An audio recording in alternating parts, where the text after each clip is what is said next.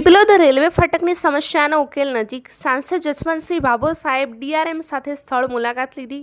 દાહોદ જિલ્લાના દેવગઢ બારિયા તાલુકાના પીપલોદ ગામે લાંબા સમયથી બંધ રહેતા રેલવે ફાટકને કારણે સ્થાનિક લોકો ભારે હાલાકીનો સામનો કરી રહ્યા છે। ફાટક બંધ રહેતા ગામજનોએ પોતાના ગંતવ્ય સુધી પહોંચવા માટે આશરે 4 કિલોમીટરનો વધારાનો ફેરો મારવો પડતો હતો, જેના કારણે સમય અને ઈંધણનો બગાડ થતો હતો। સાથે જ સ્થાનિક વેપાર ધંધા પર તેની નકારાત્મક અસર પડી રહી છે। આ સમસ્યાના કાયમી ઉકેલ માટે સાંસદ જસવંતસિંહ ભાભોર સાહેબ ડિવિઝનલ રેલવે મેનેજર સાથે પીપલોદ ખાતે સ્થળ મુલાકાત લીધી હતી। મુલાકાત દરમિયાન ફાટક બંધ રહેવાના કારણે સર્જાતી મુશ્કેલીઓ અંગે વિગતવાર ચર્ચા કરવામાં આવી અને સમગ્ર પરીક્ષાની સમીક્ષા કરવામાં આવી।